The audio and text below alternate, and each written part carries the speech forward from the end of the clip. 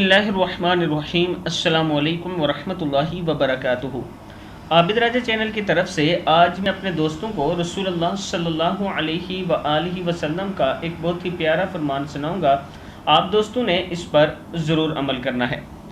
سیدنا ابو امامہ رضی اللہ تعالیٰ عنہ فرماتے ہیں کہ رسول اللہ صلی اللہ علیہ وآلہ وسلم نے ارشاد فرمایا،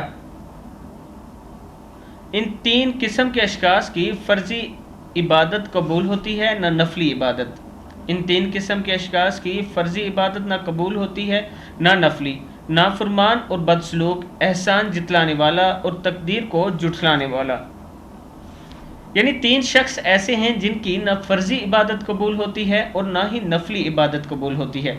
ان میں سب سے پہلے نافرمان اور بدسلوک، یعنی اپنے والدین کا نافرمان، دوسروں کے ساتھ بدسلوکی کرنے والا، کسی کے ساتھ احسان کرے اور پھر اس کو جتلانا شروع کر دے، دوسرے نمبر پہ وہ شخص ہے، اور تیسرے پر تقدیر کو جھٹلانے والا۔ یہ کتاب کا حوالہ نیچے موجود ہے۔ میں اپنے دوستوں سے گزارش کروں گا کہ ہر ٹائم توبہ استغفار کرتے رہا کریں۔ السلام علیکم ورحمۃ اللہ وبرکاتہ۔